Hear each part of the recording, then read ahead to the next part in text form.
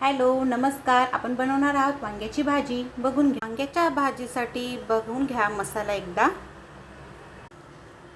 तेलामध्ये आपण कढीपत्ता टाकणार आहोत.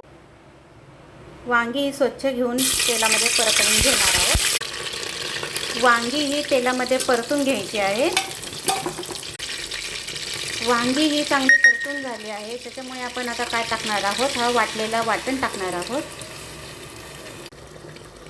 तुम्ही बघू शकता मसाला कसा शिजत आहे. यामध्ये टाकणार आहोत आता हे सर्व मसाले. तुम्ही बघू शकता, बघा किती छान कलर आला आहे भाजीला. हे बघा, तुम्ही बघू शकता आपल्या भाजीला कलर आला आहे आणि वांगी चांगल्या प्रकारे आवडल्यास लाईक करा, शेअर करा, सबस्क्राईब करा. धन्यवाद. कमेंट करायला विसरू नका.